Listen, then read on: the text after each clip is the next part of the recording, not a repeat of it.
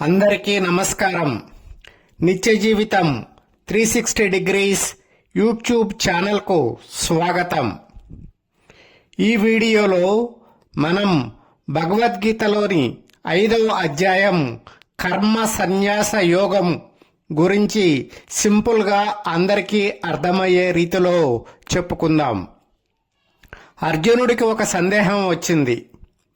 పనులు చేయకుండా అంటే కర్మలు చేయకుండా సన్యాసం తీసుకోవడం మంచిదా, లేక పనులు చేస్తూనే అంటే కర్మలు చేస్తూనే జీవించడం మంచిదా అని కృష్ణుడిని అడిగాడు.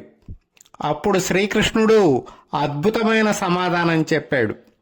అర్జున, పనులు వదిలేసి తపస్సు చేయడం మాత్రమే సన్యాసం కాదు. ఫలాపేక్ష లేకుండా పనులను అంటే కర్తవ్యాన్ని నిర్వర్తించడమే నిజమైన సన్యాసం అని కృష్ణుడు చెప్పాడు. మనలో చాలామంది పని చేస్తాం, కానీ ఫలితం గురించి ఎక్కువగా ఆలోచిస్తాం.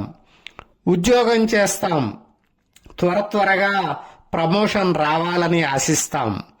వ్యాపారం చేస్తాం, ఇబ్బడి ముబ్బడిగా లాభాలు రావాలని కోరుకుంటాం. ఇతరులకు గోరంత సహాయం చేస్తాం, కొండంత ప్రశంసని ఆశిస్తాం. ఫలితం రాకపోతే నిరాశ చెందుతాం. ఫలితం వస్తే గర్వంతో ఉప్పొంగుతాం.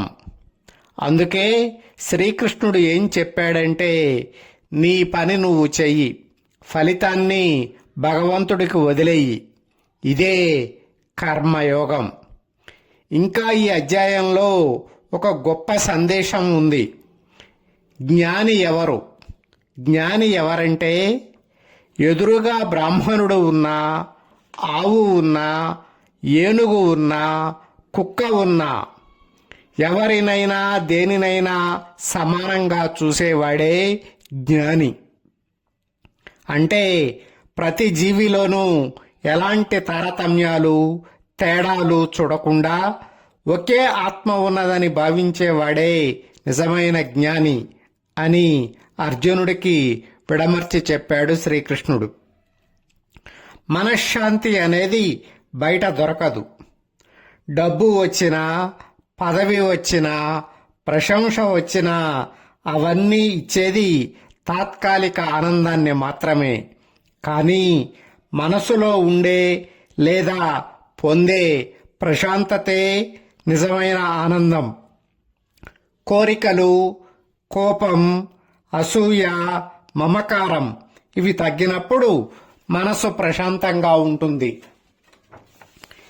ఈ అధ్యాయం ద్వారా శ్రీకృష్ణుడు మనకు చెప్పింది, పని చేయండి, కానీ ఫలితాన్ని అతిగా ఆశించకండి. ప్రేమించండి, కానీ స్వార్థం లేకుండా ఆ ప్రేమను నిలపండి.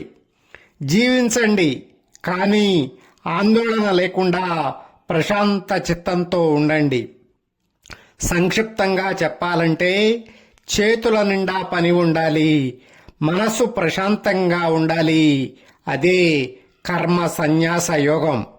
ఈ వీడియో నచ్చితే లైక్ చేయండి, షేర్ చేయండి. ఇలాంటి మంచి వీడియోల కోసం నిత్య జీవితం 360 డిగ్రీస్ ఛానల్ను వెంటనే సబ్స్క్రైబ్ చేయండి. మీ అందరి క్షేమాన్ని కాంక్షిస్తూ నమస్తే.